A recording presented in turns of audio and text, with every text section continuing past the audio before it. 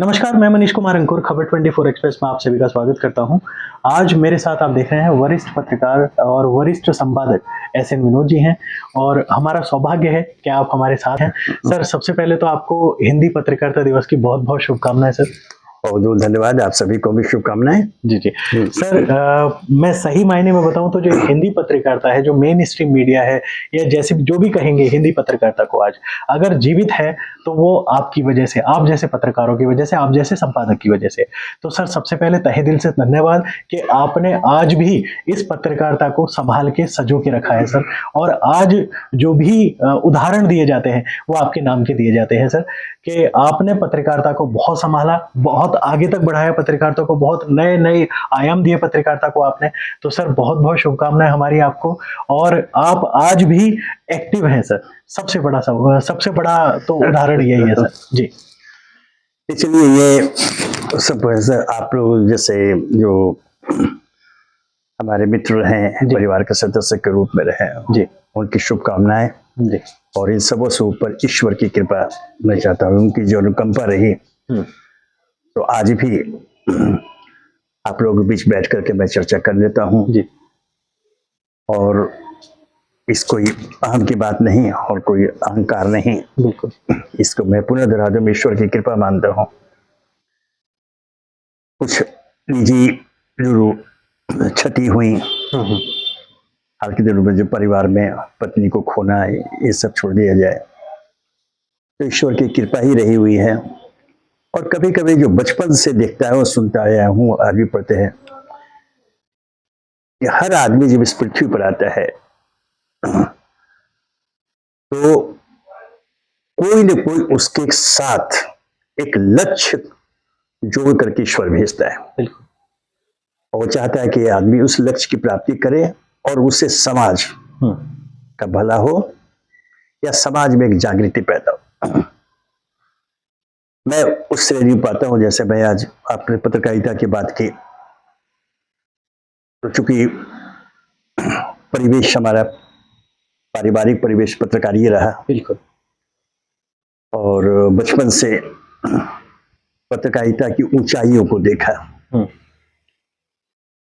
पत्रकारिता का जो उद्देश्य माना गया, जिसको हम पत्रकारीय धर्म के रूप में आता है, जो पत्रकारीय धर्म है उसके पालन करने के बारे में जो कठिनाइयां आती हैं और जो निर्भीकता और निडरता पूर्वक जो पत्रकार उस दिशा में कदम डाल करते हैं, उनके सामने जो परेशानियां आती हैं और उन्हें जो भुगतना पड़ता है, जो कुर्बानी देनी पड़ती है हर तरह की, उन सबों को देखा, सुना, पढ़ा लिखा है। तो बचपन से एक कहीं कोने में था तो मुझे भी पत्रकार ही बनना है। अब बचपन में कोई बातें जो चर्चा होती थी, याद पड़ती है तो उस समय लगता था कि छोटी बात है, आज लगता है कि नहीं होता। एक मैं उदाहरण देना चाहूंगा। 7वीं क्लास पास किया था मैं, पटना में पटना हाई स्कूल का छात्र था।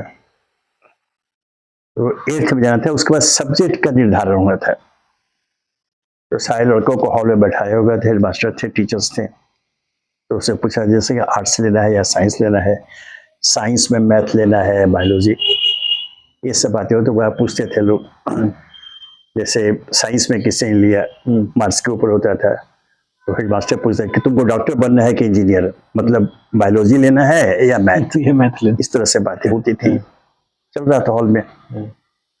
मैं पूरी ईमानदारी से कहता हूँ, जब मेरी बारी आई, जब मुझसे पूछा गया, पहला नाम शिवेश्वर, हाँ शिवेश्वर तुम क्या बनोगे? मैं फिर दोहरा दूं ईमानदारी के साथ कि मेरे मुंह से बेसाख्ता निकला एडिटर। 7वीं क्लास पास कर गई, क्योंकि बचपन से एक जो घर में देखा था मुझे तक, हेड मास्टर और टीचर हंसने लगे, सभी परिवार को जानते थे। बोले हेड मास्टर टिप्पणी की, ये अपने परिवार पर जाएगा। ये उस समय और कुछ ऐसा हुआ, बिल्कुल है ना। होते होते एक लंबी यात्रा, और उस यात्रा के दौरान कुछ बातें, जैसे मैंने फिर दोहराता हूँ, कुछ बातें उस समय लगता था कि साधारण बातें, सामान्य बात है, लेकिन अब लगता है कि नहीं। जैसे संपादक बनने के आज 6 दशक से अधिक हो गए, बिल्कुल, संपादक के रूप में बिल्कुल। कार्यरत, क्रियाशील, सक्रिय। हम्म, है ना? अब सोचिए, बहुत समय कॉलेज के विद्यार्थी था, मैं बात कर रहा हूँ 1961 की, 1961 की। वाह। है ना? उन दिनों बिहार में स्वतंत्र पार्टी की बहुत धूम थी। चक्रवर्ती राजगोपालाचारी ने जी। जो स्वतंत्र पार्टी बनाई थी, और पूरे देश में उसका जो तो बिहार में रामगढ़ के राजा बहादुर कामाख्या न्याय सिंह अध्यक्ष थे पूरा था। और उस समय यह था कि 62 में चुनाव होगा, उसमें बिहार में तो सरकार स्वतंत्र पार्टी की ही बनेगी। और दिल्ली में थी कि स्वतंत्र पार्टी के राष्ट्रीय स्तर पर एक उसका प्रभाव था। उस समय ये कहा जाता है कि राजा महाराजाओं की पार्टी है, देश के सारे राजा महाराजा जुड़ गए थे स्वतंत्र पार्टी के साथ। जी। ये था। तो उन दिनों अंग्रेजी साप्ताहिक दक्षिण से निकला करता स्वराज्य नाम से, जिसके संपादक चक्रवर्ती राजगोपालाचारी थे खुद।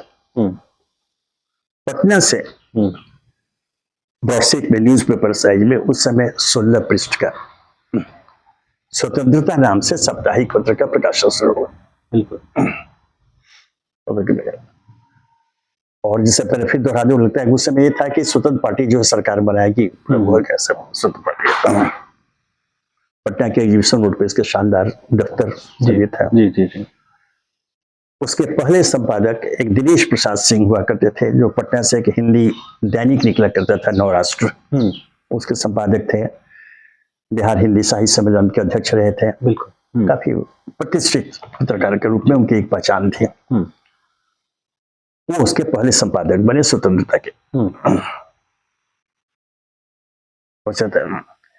तो चूंकि मेरे लिखने का बता दो रहता था, लिखता था, मैं शुरू से स्कूली जीवन से लिखा करता था। वो चलता था। तो एक दिन उन्होंने मुझसे कहा कि भाई हमारे लिए भी कुछ लिखा करो। तो चर्चा हुई। प्रथम पृष्ठ पर खोटे सिक्के नाम से मेरा एक कॉलम साप्ताहिक उसमें शुरू किया। प्रथम पृष्ठ पर देते थे खोटे सिक्के जी।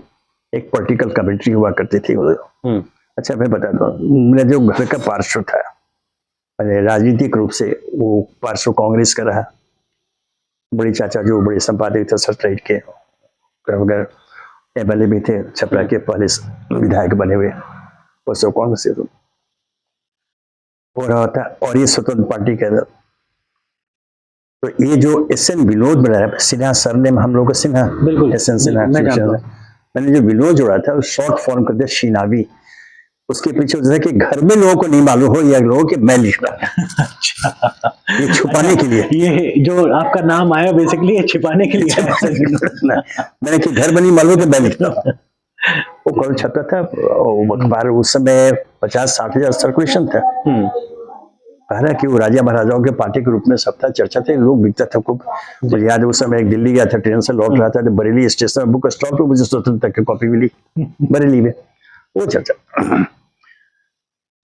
तो होते होते एक दिन अचानक क्या हुआ, मैं आरा जैन कॉलेज के रेस्टोरेंट के बगल में डेली पैसेंजरी किया करता था, पटना से आरा आना जाना।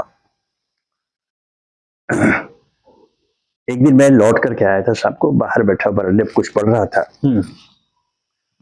जैसा कहा कि राजा बहादुर कामाख्या न्याय सिंह अध्यक्ष थे, और जलेश्वर प्रसाद, डॉक्टर राजेंद्र प्रसाद के समधी एक बहुत बड़े वकील थे, वो उपाध्यक्ष थे, वाइस प्रेसिडेंट। और एक जानकी नंदन सिंह दरभंगा महाराज के बहनोई, वो जनरल सेक्रेटरी थे कदम को महल्ले में। तो जलेश्वर प्रसाद जानकी बाबू वो टहलते हुए आए, मुझे देखा कि तुमसे कुछ बात करनी है। रोड पर ले गए, चर्चा हुई। तो उन्होंने बताया कि किसी कारण उस समय वो पिछली रात में दिनेश जी ने संपादक के पद से इस्तीफा दे दिया था। कारण वो कुछ बताया नहीं, उन्होंने इस्तीफा दिया है। और उस समय राजा बहादुर कामाख्या न्याय सिंह के बहुत बड़े पैमाने पर उनका जन्मदिन मनाने का उनका आयोजन हो रहा था।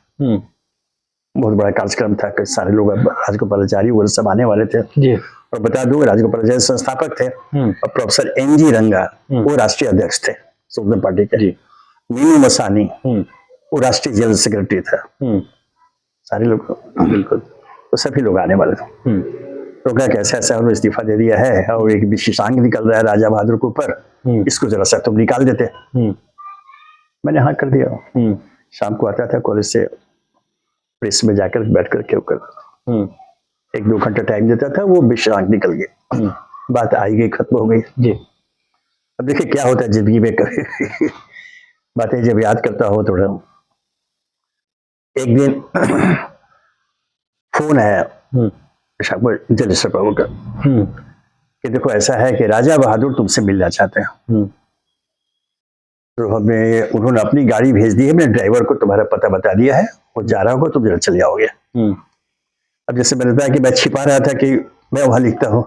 अब यहाँ तो पता अब लगने वाला है। पता ही लगा राजा बहादुर की गाड़ी का मतलब उस समय बिहार में सिर्फ ब्यूक, आज भी मुझे याद है, पटना में 2 ब्यूक की गाड़ी थी, एक राज्यपाल के, गवर्नर की, एक राजा बहादुर की। जी जी। वो गाड़ी निकलती लोग कहते कि देखो राजा बहादुर की गाड़ी जानी है। वो गाड़ी आजकल घर पे आ गए। आजकल तो गाड़ियों की मॉडल्स की बाहर है, उस समय तो पहचाना। तो मुझे लगा कि वो गाड़ी घर में लोग जान जाए कि राजा बहादुर गाड़ी है। तो मैं घर से निकल करके वो गोल चौराहा, बुद्ध मूर्ति चौराहा, वहां जाके खड़ा हो गया। खैर गाड़ी आई, मैंने हाथ दिया, मुझे अंदर ले जा गया। अभी ये बात 1961 की, कॉलेज का छात्र, 20 साल की उम्र। बिल्कुल। कमीज पजामा, चप्पल, मुझे अंदर ले जाया गया। मुझे आज भी याद है राजा बहादुर, पहली मेरी जो रूबरू जो मुलाकात में वो थी पहली। फोटो पर देखा करता तो अलग था, लेकिन वो बैठे थे, उनके छोटे भाई राजा बसंत नारायण सिंह वो बैठे थे, जलेश्वर प्रसाद, जानकी नंदन सिंह, और ये ठीक से मुझे याद है नाम तो केटी राजन उनका प्रेस एडवाइजर था जी, केटी राजन। हाँ, वो लोग बैठे हुए थे। बताया गया जैसे अंदर गए तो जलसा बोला कि आप ही विनोद जी हैं। तो जो राजा बहादुर कुर्सी पर थे यूं जग गए, छोटा सा बच्चा, ये आप लिखते हो? उनके सामने वो पड़ा हुआ था और मेरा कॉलम था, ये आप लिखते हो? हाँ। वो बिल्कुल 1-1.5 मिनट तक ऐसे मुझे देखते रहेंगे, वहां पिन ड्रॉप साइलेंस। 20 साल के यंग एज में दुबला पतला एक लड़का एकदम दिख रही है। फिर उन्होंने कहा कि ऐसा है, इन सबों की लोग बैठे हुए, इन सबों की राय है कि स्वतंत्रता का संपादन आप कर दीजिए। क्या बात है, मतलब कॉलेज भी पूरा नहीं हुआ है और आप पढ़ाई कर रहे हैं, चाहते हैं कुछ नहीं, 20 साल की आयु। हालांकि जैसे मैंने बताया ये बहुत बड़ा ऑफर था, सर्कुलेशन भी था अखबार का, बिल्कुल पार्टी की, है ना। लेकिन मैं तो जो तत्काल जवाब था, करिए तो संभव नहीं, मैं तो अभी पढ़ रहा हूँ। तो कह नहीं, उसमें ऐसा कुछ नहीं, आप दफ्तर आइए, नहीं भी आइए तो चलेगा ना, आप घर में बैठ के जब मौका लगे या ऑफिस में आइए, कहिए काम करिए। हमारी इच्छा है कि इसके एडिटिंग आप कर दीजिए। मैं तो मन में तो था क्योंकि लेकिन डरता कि घर पे पता लग जाएगा। खैर मैंने कहा तो मैंने कहा कि ठीक है, लेकिन मेरी एक शर्त रहेगी। वो क्या बताइए? मैंने कहा कि मैं पैसा नहीं लूंगा। अब मेरे बंधु का खैरान से कोई बोला कि पैसा नहीं लगे, वो लोगों का मुंह देखने लगे। जलसे बाबू ने बोला कि पैसे को जरूरत है। बोला ठीक है, वो सब ये लोग बात कर लेंगे। मेरी इच्छा है कि इसका संपादन आप कीजिए। इस प्रकार 1 अगस्त 1961 20 वर्ष की आई, पूर्णकालिक संपादक के रूप में स्वतंत्रता मैंने रन किया। मतलब आप जो पहली बार संपादक बने वो 1 अगस्त 1961 को बने। वो एक लेवल है। ये बताइए, इसलिए उस समय लगता था, लेकिन अब इसको जैसे प्रसंगवश स्वतंत्र पार्टी का जो अंग्रेजी साप्ताहिक था उसका संपादक कौन? चक्रवर्ती राजगोपालाचार्य। हिंदी का संपादक कैसे? उस समय बातें छोटी लगती है, लेकिन अब जब याद करता हूँ, लिपिबद्ध भी कर रहा हूँ, तो ध्यान में आता है कि वो सब और बड़े शान से निकला। एक दूसरा दौर था। मैंने संक्षेप बताया कैसे शुरुआत हुई। अब एक पत्रकारिता, विशेषकर हिंदी पत्रकारिता के लिए, एक जो पूर्णतः समर्पित जीवन जिसको बताने की बात है, कहीं कोई समझौता नहीं, निर्भीकता पूर्वक उसको किया, चलता रहा।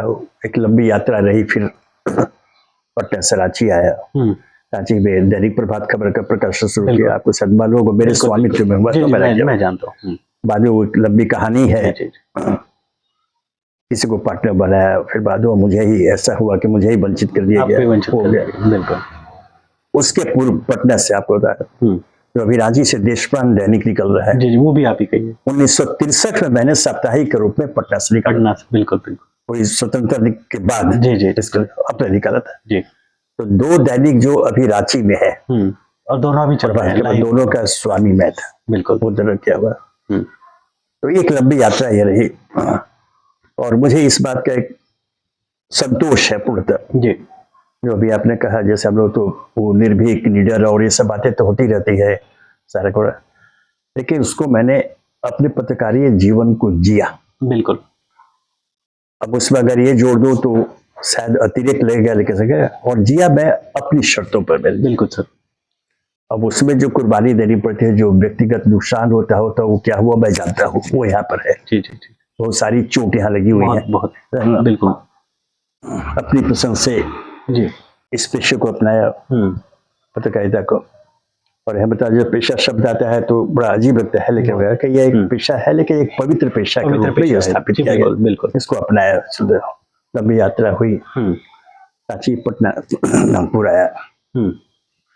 अब वर्तमान दौर में जिस प्रसंगों से करना गया, जो पत्रकार 200 वर्ष हिंदी पत्रकारिता के, आज से 200 साल पहले गैर हिंदी भाषी बंगाल कलकत्ता से उदंत वार्ता नाम का साप्ताहिक पत्रिका का प्रकाशन शुरू हुआ था हिंदी में। उसे वहीं से हम लोग गिनते हैं 200 साल आज हो गए।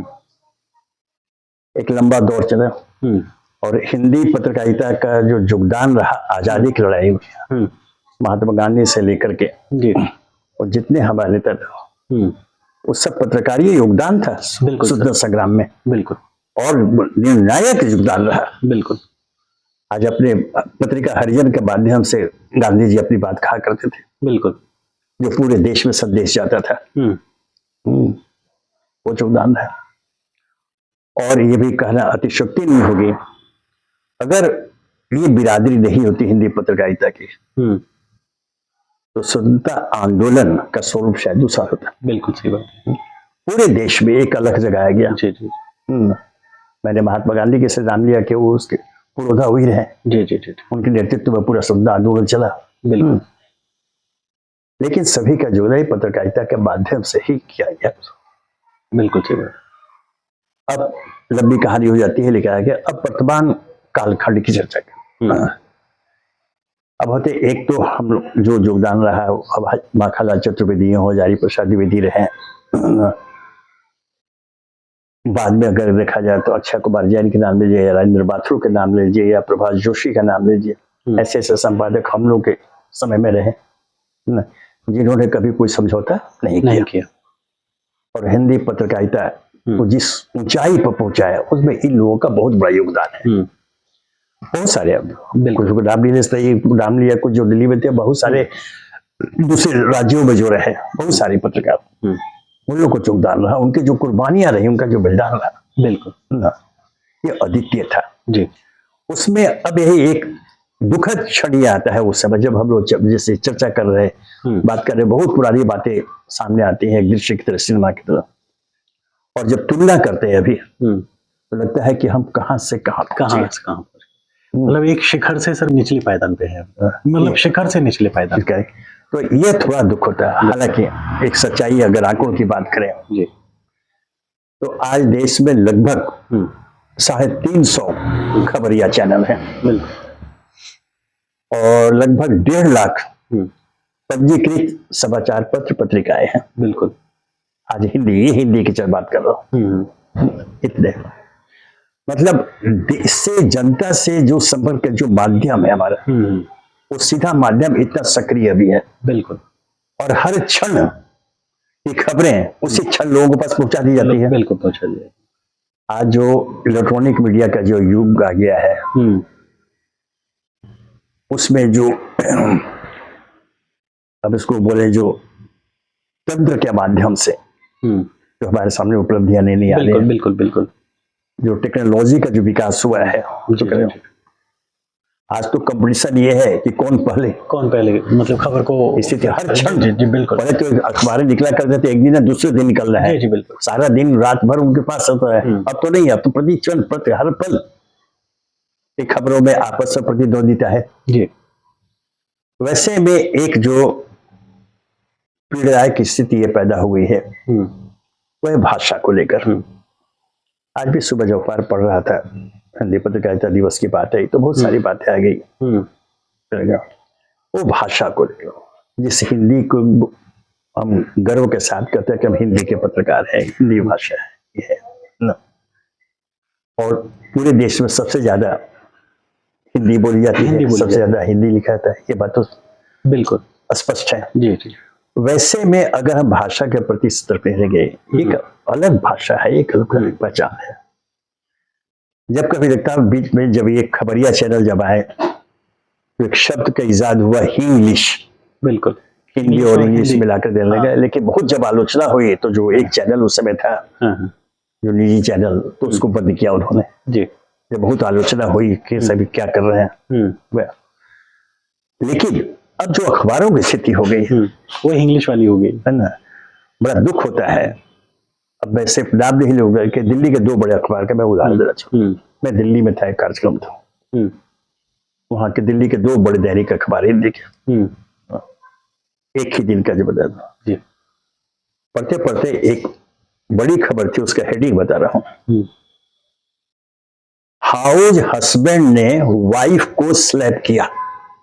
अच्छा। ये शीर्षक था। तो पहले तो मैं ये हाउस हस्बैंड क्या होता है, क्या होता है? एक मित्र से पूछा, बोले कि घर जमाई। घर जमाई। अरे हाउस हस्बैंड ने वाइफ को स्लैप किया, ये शीर्षक बड़े अखबार की बात कर रहा हूँ। जी। नहीं सर, ये जो शीर्षक है ना, ये देने के पीछे भी क्या कारण आजकल हो गया है, क्योंकि आप तो बहुत अच्छे से जानते हैं, परिचित हैं सब चीजों का। सर आज क्या हो गया कि सर कैप्शन अच्छा होना चाहिए। जो कैप्शन है ना सर, कैप्शन, अगर कैप्शन अच्छा नहीं लगेगा तो लोग उस चीज को देखेंगे नहीं। नहीं, मजेदार बनाना चाहते हैं लोग। ठीक है, वो तो एक जगह बताओ, तो भाई इसको जरा पूरा कर देता हूँ। और जो दूसरा अखबार था, उस दिन एक खबर थी उसमें, एक अखबार दिया, मैं दो बड़े अखबार की बात करूँ दिल्ली। दूसरे अखबार में उसी दिन के शीर्षक थे, रेप का अक्यूज अरेस्ट हुआ। रेप का अक्यूज अरेस्ट हुआ। अरे दुष्कर्म प्रचलित शब्द है, गिरफ्तारी प्रचलित शब्द है। इस तरह के आज आप अखबारों को देखिए, अनावश्यक जो प्रचलित शब्द अगर अंग्रेजी या किसी भाषा का अगर समाज में प्रचलित है, आप उसका धड़ल्ले से प्रयोग कीजिए, कहीं कोई आपत्ति नहीं। देखिए अनावश्यक प्रयोग, जैसे ये दो उदाहरण दिया, ये कौन सा शीर्षक? बिल्कुल है ना। तो इसमें ऐसा लगता है कि एक तो ये जिम्मेदारी आती है संपादक की। पहले वाले जब हम लोग जमाने की स्थिति तो छोड़िए, आज की स्थिति बहुत समान, बहुत फर्क है। अब आप आज का जो पत्रकार है, संपादक सब आर्थिक रूप से भी काफी समृद्ध है। अब उनको अच्छी पैसे अच्छे मिलते हैं, सारी सुविधाएं मिलती हैं, सब है। अब वो नहीं है। अच्छा, अब जो संपादकीय टीम है अखबारों में, वो जो हिरार्की है, कई संपादकीय सहयोगी है, कोई अखबार में संपादक सहयोगी की कमी हो ऐसी बात भी नहीं है। बिल्कुल सारी सुविधाएं हैं, अच्छी लाइब्रेरी है, रेफरेंस सेक्शन उनके पास है, सब कुछ है। उसके बावजूद ऐसे जो भाषा को लेकर जो परेशानी होती है और तथ्यों के साथ में जो खिलवाड़ कभी किया जाता है, वह नहीं होना चाहिए। बिल्कुल मैंने पहले कहा था कि ये जो पत्रकारीय धर्म है, वो एक सामाजिक दायित्व की ओर आपको हमेशा इंगित करता रहता है। है ना। आज हमारे यहाँ जो राजनीतिक परिवर्तन हुए, जो सत्ता परिवर्तन हुआ, सब हुआ, तो बात अब नव भारत के निर्माण की होती है। आजादी के बाद हुआ था कि स्वतंत्र भारत का निर्माण, नव निर्माण। अब नव भारत का नव निर्माण, नव भारत का नव निर्माण हो रहा है। अब एक चर्चा चलती है। अब उसमें फिर जिम्मेदारी आती है अखबारों के ऊपर। अब विशेषकर मैं कर गए अन्य भाषाई अखबारों के साथ साथ हिंदी का ज्यादा है ना महत्व है, और ज्यादा जिम्मेदारी हिंदी पत्रकारिता पत्रकारों के ऊपर है। बिल्कुल वो बहुत ज्यादा जिम्मेदारी है। उसमें आप ठीक है, जैसे अभी कहा जाता है साहब, आजकल एक माने दुखद है लेकिन जो प्रचलित है, आज गोदी मीडिया करके चलता है। बिल्कुल मतलब जो दंडवत मीडिया है, साष्टांग मीडिया है, उसको गोदी मीडिया का। राइट सर ना। ये स्थिति क्यों पैदा होती है? जैसे मैंने खुद अपना उदाहरण दे कहा कि हम लोग तो अपनी पसंद से आए, बचपन से था कि सब संपादक बनना है या पत्रकार बनना है, क्योंकि इसकी ऊंचाइयां देखी हुई थी और इसकी जो जिम्मेदारी है और समाज में इसकी जो स्वीकार्यता है वो देखी हुई थी। लेकिन आज उसके ठीक उलट है। ये एक कड़वा सच है, सच है, कड़वा सच है कि आज हमें आपको बहुत सारे ऐसे अवसर आते हैं जब मुंह छुपाना पड़ता है, ये करेगा क्या पत्रकार है। बिल्कुल नहीं सर, आजकल तो बताने में शर्म आती है, अगर कोई पूछने लग जाए कि नहीं, आज आपने जहाँ कहीं कहा कि क्या है पत्रकार है, हाँ, तो मुस्कुरा देगा। हाँ, वो ऐसे देखता है, अरे अच्छा कोट है, हाँ, है ना। स्थिति है, इस स्थिति से बचने की जरूरी है। जो दायित्व है उसमें खासकर अब हमारी पीढ़ी के कितने लोग हैं, बल्कि है काफी लोग अभी भी है, या जो नई पीढ़ी है कम से कम उन्हें जागृत कर सकते हैं। और वो कुछ नहीं कर रहे हैं, पत्रकारिता धर्म को याद दिला रहे हैं कि इसका जो निष्पक्षता पूर्वक, निडरता पूर्वक आप पत्रकारिता धर्म का निर्वाह करें। बिल्कुल। जो अपेक्षा है आपके पाठकों की, आपके दर्शकों की, उसकी पूर्ति करें। कठिनाइयां आएंगी, बहुत सारी कठिनाइयां आएंगी। कह रहे कि जो राजनीतिक स्वरूप जो बदला अभी, मैंने मीडिया पर जो दबाव की जो स्थिति है, बिल्कुल बहुत भयंकर है, बहुत भयंकर, बहुत ही भयंकर है। आज वर्तमान कालखंड में जितने पत्रकार गिरफ्तार हुए हैं या उनको जो अन्य स्तर से परेशानियां हो रही है, इतना कभी नहीं हुआ था आजाद भारत पे, इतना कभी नहीं हुआ था। अभी तो मर्डर तक भी हो रहे हैं सर, है ना, ये हो रहा है, अभी हत्याएं हो रही हैं, पत्रकार हत्याएं हो रही है। हाँ। सच बोलने के नाम पे हत्या हो जाती है। तो ये स्थिति बहुत बहुत ही भयंकर स्थिति है। अब इससे निजात कैसे पाया जाए, जी आप पता कीजिएगा। बहुत सारे पत्रकार अब जो है वो पर्दे के पीछे चले गए। जी जी बिल्कुल। कलम पर उन्होंने एक तरह से ताला रखकर बंद कर दिया। अब उनको है कि हम अगर निर्भीकता पूर्व लिखे तो कोई छापे के लिए हिम्मत नहीं करेगा छापने के लिए। जी जी जी।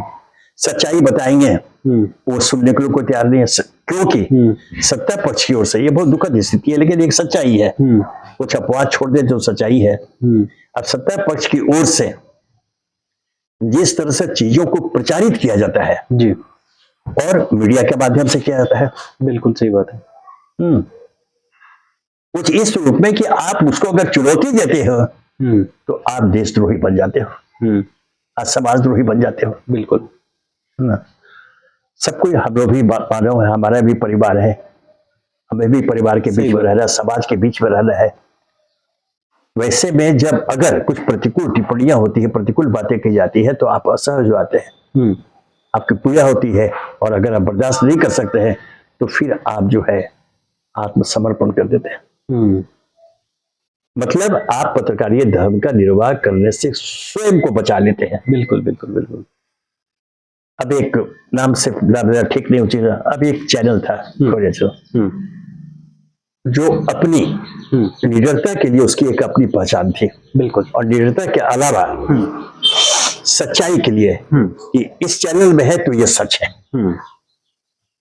मैंने चैनलों की भीड़ में वो एक चैनल था, लेकिन स्थिति क्या हुई, उसके मालिक को उसे बेच करके ये पूरी बिरादरी से, पत्रकारिता जगत को, उनको प्रणाम कर देना पड़ा कि मैं जा रहा हूं।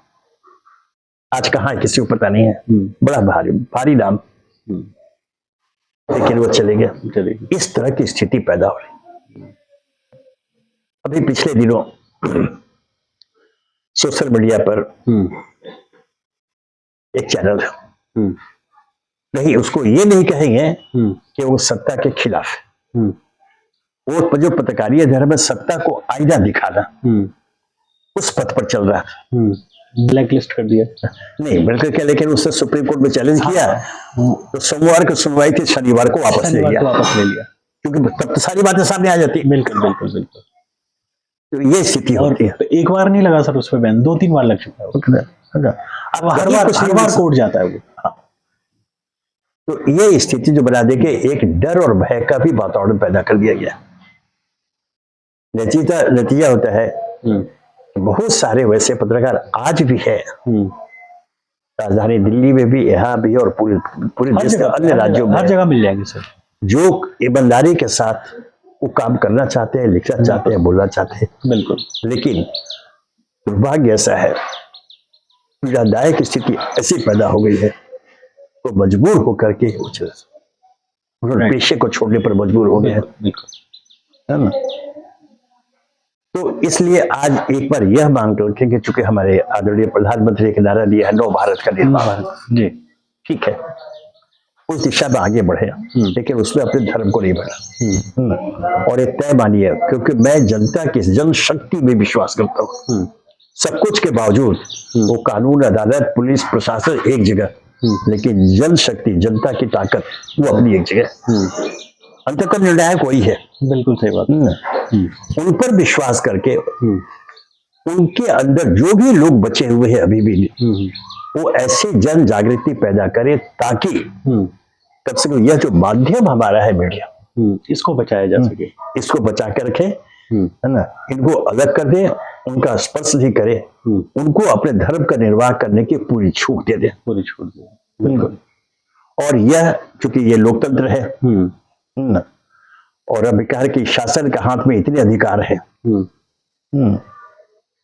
यह बड़े अनुरोध रहेगा सत्ता पर, जो लोग हैं सत्ता में बैठे हुए जो कुर्सी पर, आप राजनीति कीजिए, सत्ता चाहिए, सत्ता के लिए बहुत सारे उलट फिर किए जाते हैं, बहुत कुछ रणनीतियां बनाई जाती है, वो सब कीजिए, लेकिन हाथ जोड़कर करवत प्रार्थना है कि कृपा कर अब पत्रकारिता जगत को छोड़ दीजिए, बिल्कुल, उससे बोलिए, और वो आपके हक में होगा, क्योंकि आपको सच की जानकारी होनी चाहिए, आप मन की बात करते हो, मतलब जनता से जो आपको फीडबैक मिलता है वही बात तो आप करते हो। लेकिन सर आलोचना भी तो स्वीकार्य होनी चाहिए ना सर।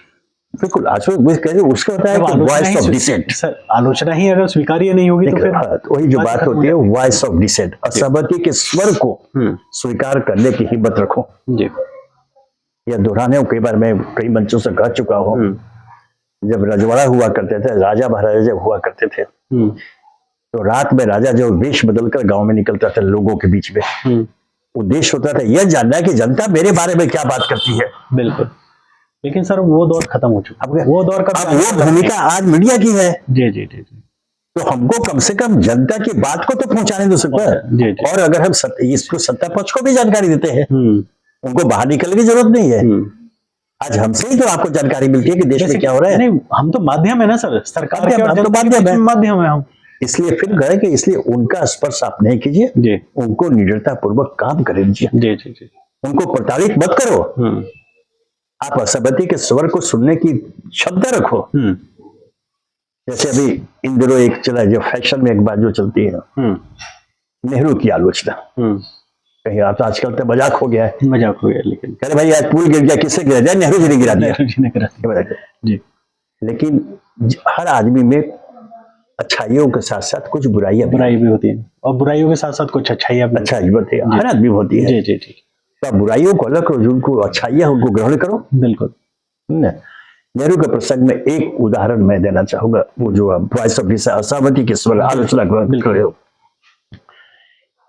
देश में शंकर लाभ के बहुत बड़े कार्टूनिस्ट हुआ करते थे, व्यंग्य चित्रकार देश में, उनकी अंग्रेजी पत्रिका साप्ताहिक निकलती थी, शंकर वीकली, कार्टून की पत्रिका थी। बिल्कुल बिल्कुल बिल्कुल, पूरे कार्टून पे एक बार एक अंक पे आवरण पृष्ठ पर, कवर पेज पर, जब जवाहरलाल नेहरू प्रधानमंत्री थे तब की बात कर रहा हूं, जवाहरलाल नेहरू को गधे के रूप में प्रेजेंट किया। बिल्कुल, पूरा बॉडी गधे का है, लंबोदर चेहरा, Jawaharlal Nehru prime minister of India, कल्पना कीजिए।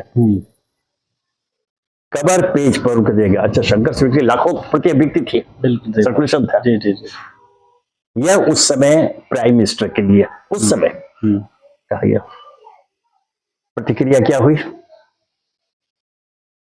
एक दिन सुबह नेहरू जी का फोन शंकर के पास जाता है, अरे भाई एक गधे के साथ चाय पीना पसंद करोगे?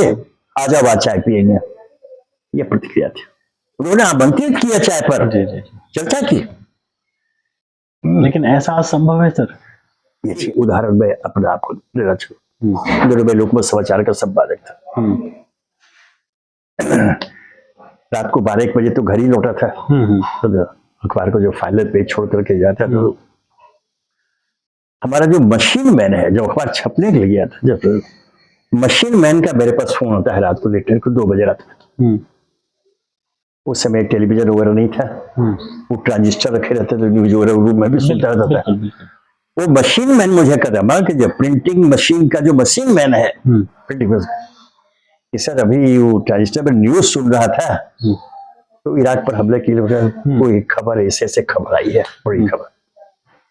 अगर उससे पूछा कि सब पार्टी का वो कोई है, तो एक जूनियर लड़का नाइट ड्यूटी पर था, हमला करके उसको बोलो, उसको बता दो अब मैं आ रहा हूँ, और तुम उसके साथ नोट करके रखोगे। उस मशीन मैन ने उस सारे पॉइंट नोट करके जो जो न्यूज में आया था, जी। मैं गया उस पर। अच्छा, मशीन मैंने कहा कि रुक दो, वो गया, उस पर एक खबर बनाई, वो लड़का ड्यूटी में उसको दिया, प्लेट बदला गया, सब रखे वो छप, और अकेले वो खबर नागपुर में लोकमत समाचार में कहीं थी, कहीं नहीं थी, है ना। तो ये क्या है, उदाहरण दिया कि जो टीम वर्क होता है, अब वो मशीन में को क्या मतलब, बिल्कुल सही बात है। लेकिन उसमें भी वो उत्साह था, देख रहा है कि हम लोग किस तरह से काम कर रहे हैं, कोई खबर छूटे नहीं।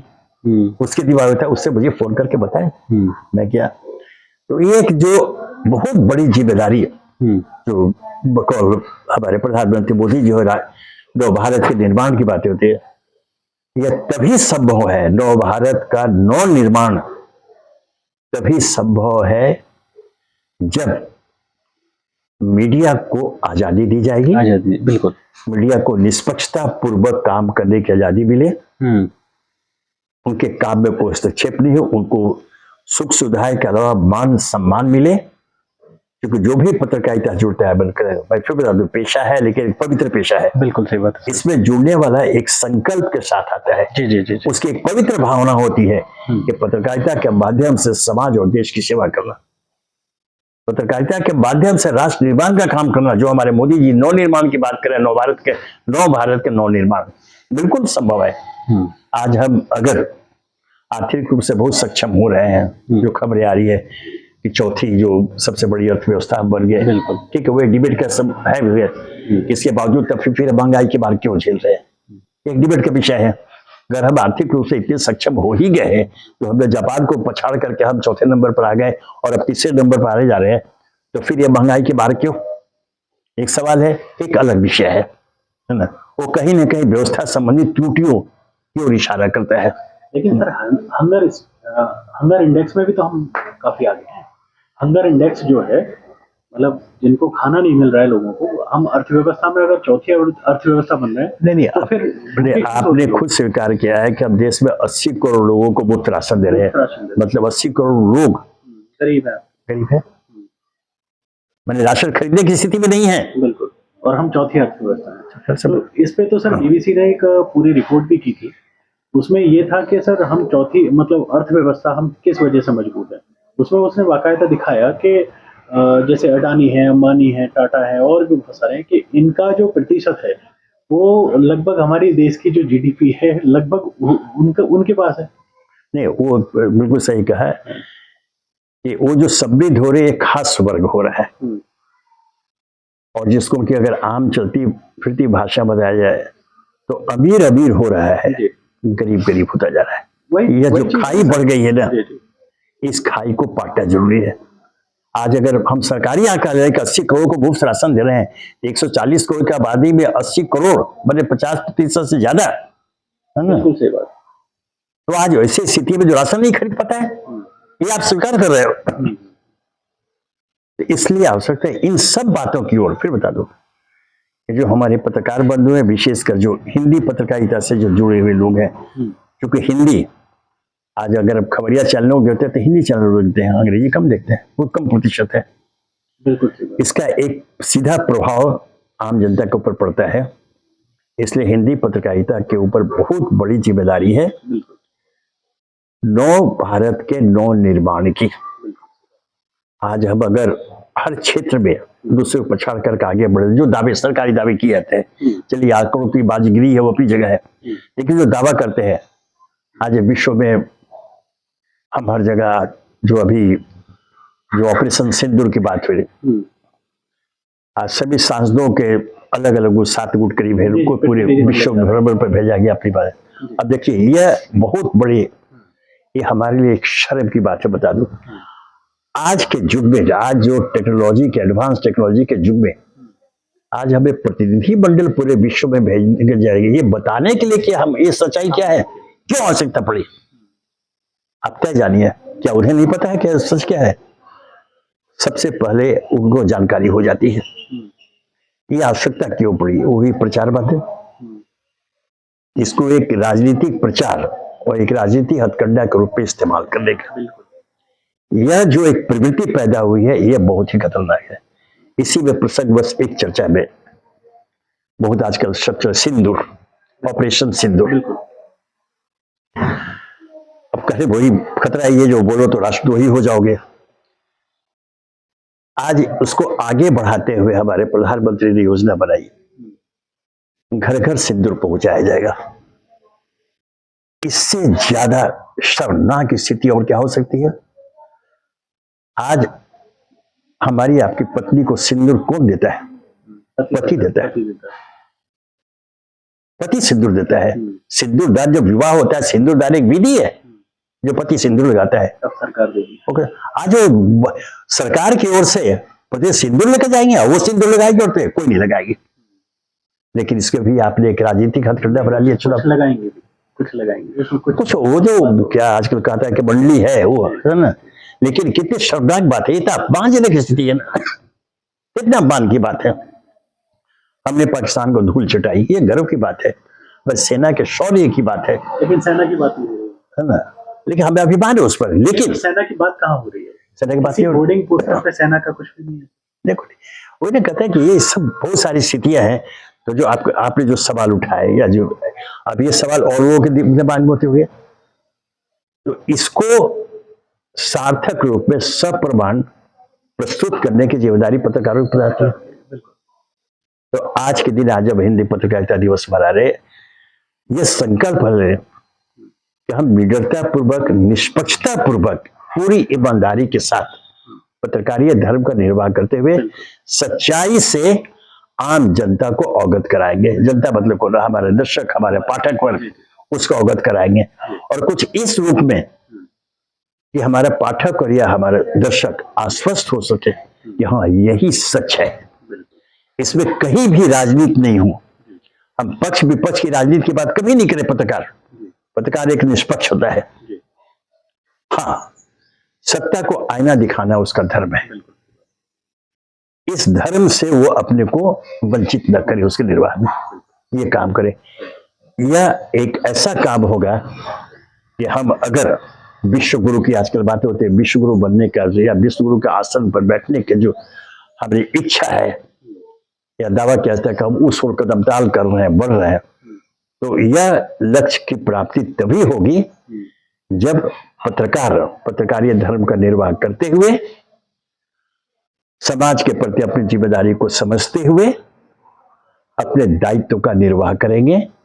साष्टांग या दंडवत मुद्रा में नहीं, निष्पक्षता, निर्भीकता पूर्वक स्टेट खड़ा होकर के करेंगे, तब जाकर के हम विश्व गुरु के आसन को प्राप्त कर सकते हैं। अन्यथा आंकड़ों में आप खेलते रहिए, आपने खबरिया चैनलों को अपने पक्ष में किया हुआ है, जो चाहे प्रचार करते रहिए। लेकिन हकीकत यह है कि हम आप जो बैठेंगे, एक कप चाय का अगर किसी दुकान में ऑर्डर देंगे तो जो बिल आएगा, तो उस समय आप होते हैं कि क्या हो गया। ऐसी स्थिति पैदा नहीं हो।